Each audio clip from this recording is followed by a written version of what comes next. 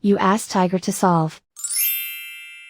This deals with linear equations with one unknown. The final result is x equals -3. Let's solve it step by step. Simplify the expression. Group like terms. Simplify the arithmetic. Group like terms. Simplify the arithmetic. Group all x terms on the left side of the equation. Subtract 5x from both sides. Group like terms. Simplify the arithmetic. Group like terms.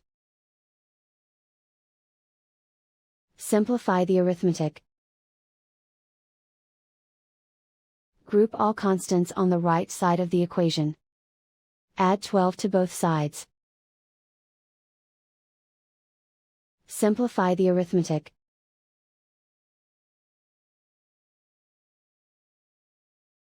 Isolate the x. Divide both sides by -6.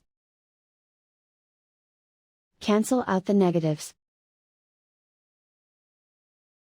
Simplify the fraction. Move the negative sign from the denominator to the numerator. Find the greatest common factor of the numerator and denominator.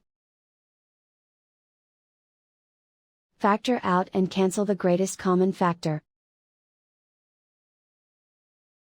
And so the final result is x equals -3.